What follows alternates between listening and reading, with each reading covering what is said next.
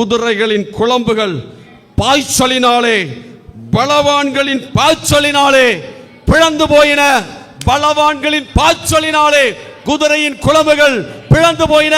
ஜெபிக்கிறவருடைய பாய்ச்சலினாலே சத்துருடைய ஆமென் லீபி ஹவுலிய பஹாரபா லீபி ட்ரீல பஹாரபா ஜெபிக்கிறவருடைய பாய்ச்சல் இந்த ராத்திரி வேளையிலே மகத்துவத்தையும் வல்லமையும் உடைய நசரேயனாகிய இயேசுவின் நாமத்தினாலே லிகௌ தால்ய பஹாரபா இஸ் கவுட் டு பி ஹவுலியபா லீபி ஹவுலிய பஹாரபா இஸ் கவுட் டு பி ஹவுலிய பஹாரபா லிகௌன்ய பஹாரபா.